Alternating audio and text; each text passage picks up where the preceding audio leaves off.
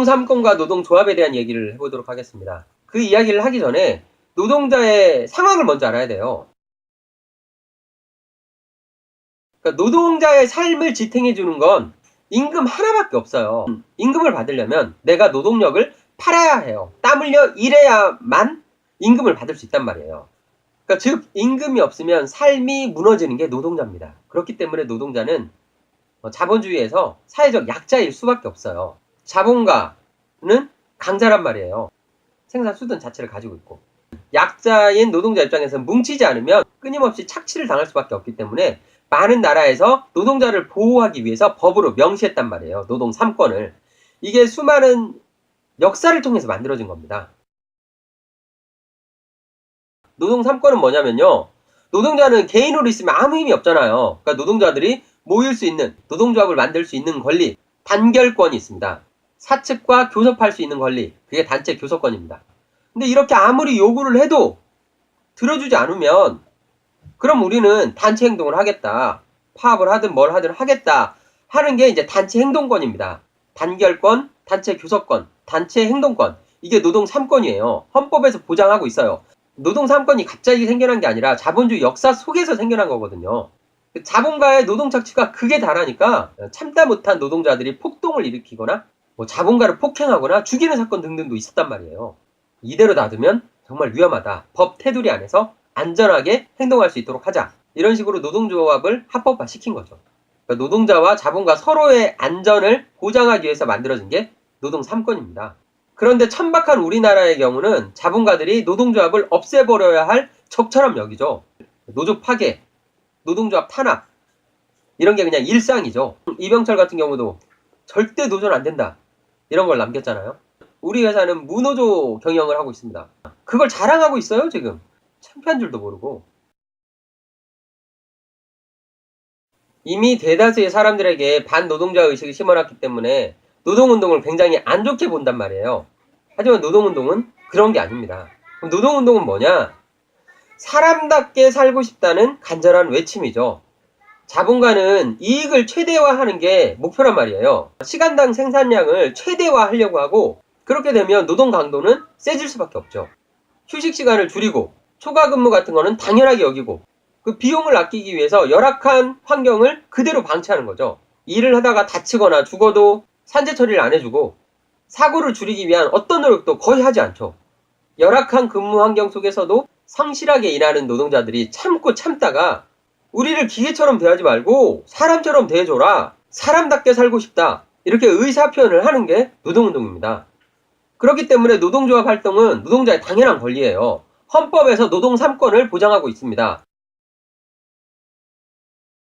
하지만 실제 이 노동 3권은 철저히 무력화되어 있습니다. 이 노동 3권보다는 경영자의 소유권을 훨씬 더 인정해주고 있거든요.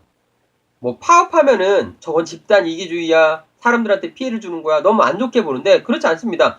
처음부터 파업하지 않아요. 아무리 요구를 하고 아무리 대화를 해도 안 들어주니까 어쩔 수 없어서 맨 마지막에 꺼내드는 카드가 파업입니다.